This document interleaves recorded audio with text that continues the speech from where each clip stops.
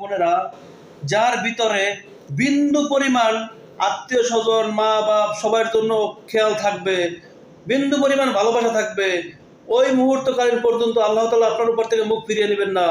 আল্লাহ তাআলা আপনাদেরকে ভালোবাসবেন, এগিয়ে যাওয়ার সুযোগ করে দিবেন, যদি সেই সুযোগটুকু ধরে রাখতে পারেন। না হলে আমরা সারা জীবন পরিশ্রম করে যাব, শেষ জীবনে হাত পেতে সন্তান আত্মীয় স্বজনের কাছে খেতে হবে। আর যদি আল্লাহ তাআলার সেই নিয়মগুলো আমরা মেনে চলি, সেই আত্মীয় স্বজনগুলোকে ভালোবাসি, তাহলে অবশ্যই সেই দিনগুলো আমাদের দেখতে হবে না। আমরা ইমানি পথে চলবো, বাপ মাকে ভালোবাসবো, সবার পাশে থাকবো, কোনো কেউ সাথে বেইমানি করবো না। তাহলে আল্লাহ তাআলা আমাদের সুখে রাখবেন, শান্তিতে রাখবেন।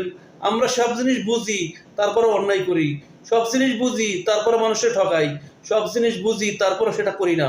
কারণ নামাজ পড়ি না, মানুষের ঠকাই, ভালো জানি, কিন্তু আল্লাহ তাআলা যদি মানুষকে ভালো না চায়, কখনো সে এগিয়ে যেতে পারে না, সম্ভবই না। ধন্যবাদ। সবাই ভালো কাজ করবেন, এগিয়ে যাবেন, ভালোবাসা দিয়ে সবাইকে।